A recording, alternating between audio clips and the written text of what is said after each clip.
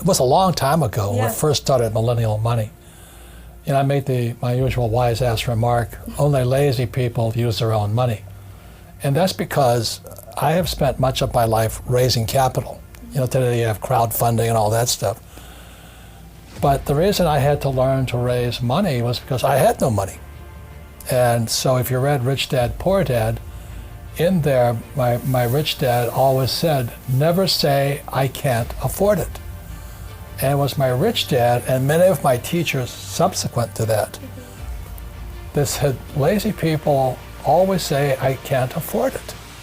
I don't have the money. That's why they're poor.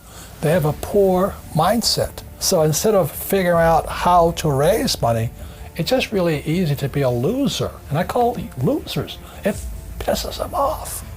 Because we all have the power, if we wanted to not be poor if we learned how to raise money. So I hear, and the reason I get upset, I still get hot like this.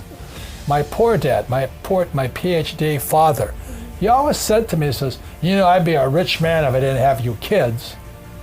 And I said, well, Dad, it's not my fault you had kids. I just can't afford it because I have kids. And the more he said that, the angrier I got. So when I met my rich dad at age 9, he says, well, that's why your old man's poor, because he's lazy. He thinks his PhD is going to carry him.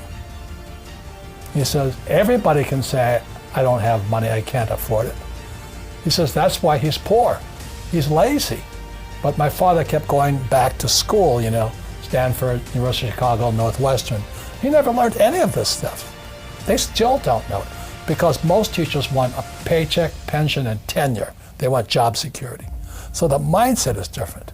And that's what they teach the kids.